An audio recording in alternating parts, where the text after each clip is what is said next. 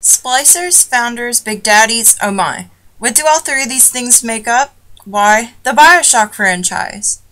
The series consists of 3 games, with the first being released in 2007 and the third in March of 2013.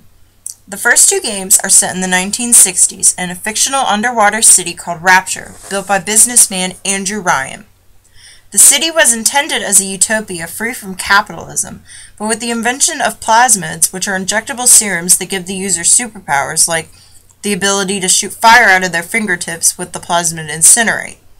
These plasmids came with a price. However, as a former Nazi scientist named Tannenbaum discovered a thing called Eve and sea slugs on the ocean floor. Eve is what powers the plasmids, and in order to keep up with the demand, they began implanting the slugs in kidnapped young girls and calling them little sisters. They then sent these girls out into the city to collect and recycle Eve.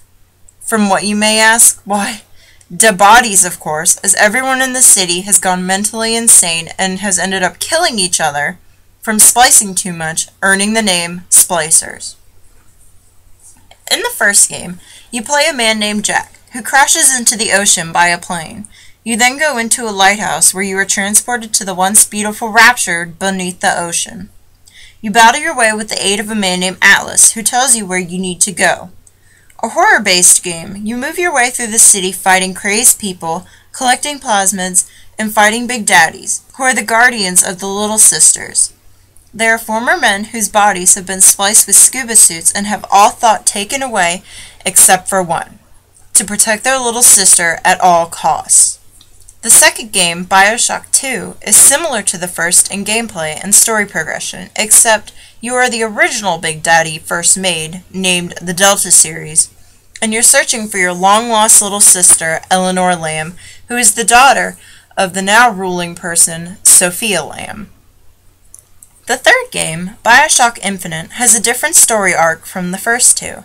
Set in the 1920s, you play Booker DeWitt, a former Pinkerton, and you are sent to the flying city of Columbia, built by the prophet Zachary Comstock.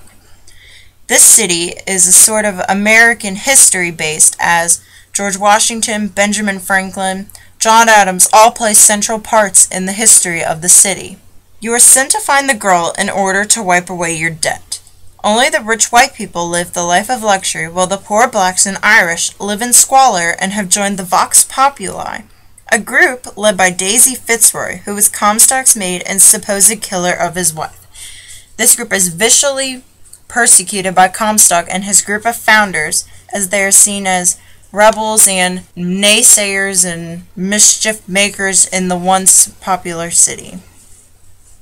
The girl you are looking for is named Elizabeth, and she has been kept isolated all her life. You rescue her, and as you try to escape Columbia, you learn she has the ability to open portals to different worlds.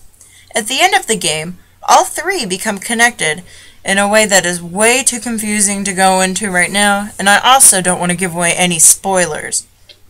There have also been theories that Elizabeth is a Time Lord, but we won't get into that as it's way too much depth and detail, and I still don't even understand it even after I've beat the game. So, how does one become a part of this space? Simply by playing the game. There are 3 portals to this space: an Xbox 360, which is mine, a PlayStation 3, or a PC or computer, as it is only playable on those consoles. To gain experience in the world of BioShock, you play the game. There are 3 difficulty levels: easy, which was for newbies or people who are being introduced to first-person shooter games, medium, and hard. In BioShock, there really are no so-called masters of the game. In BioShock Infinite, there is a difficulty level called 1999 mode, which is only unlocked after you beat the game the first time.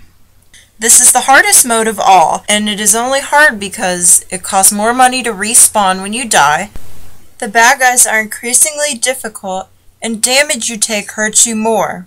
I am currently in the process of playing 1999 mode, but I will not go into how many rage quits I've had while playing.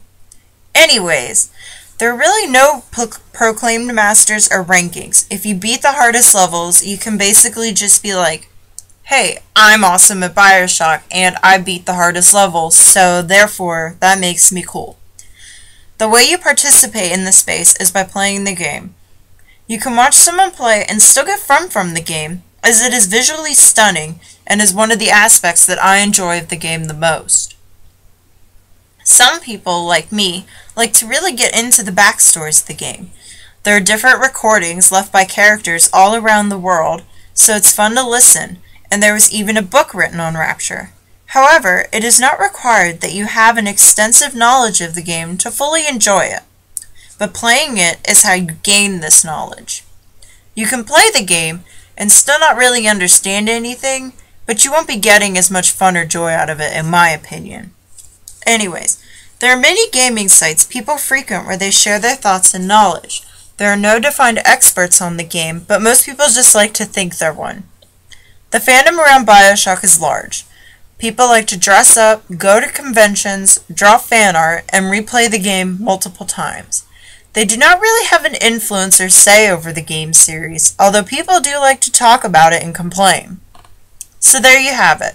The BioShock franchise, with its wonderful graphics and fantastic storyline, is a great game to play, but I would not recommend it for children as it is quite violent and can be scary, especially in the first game.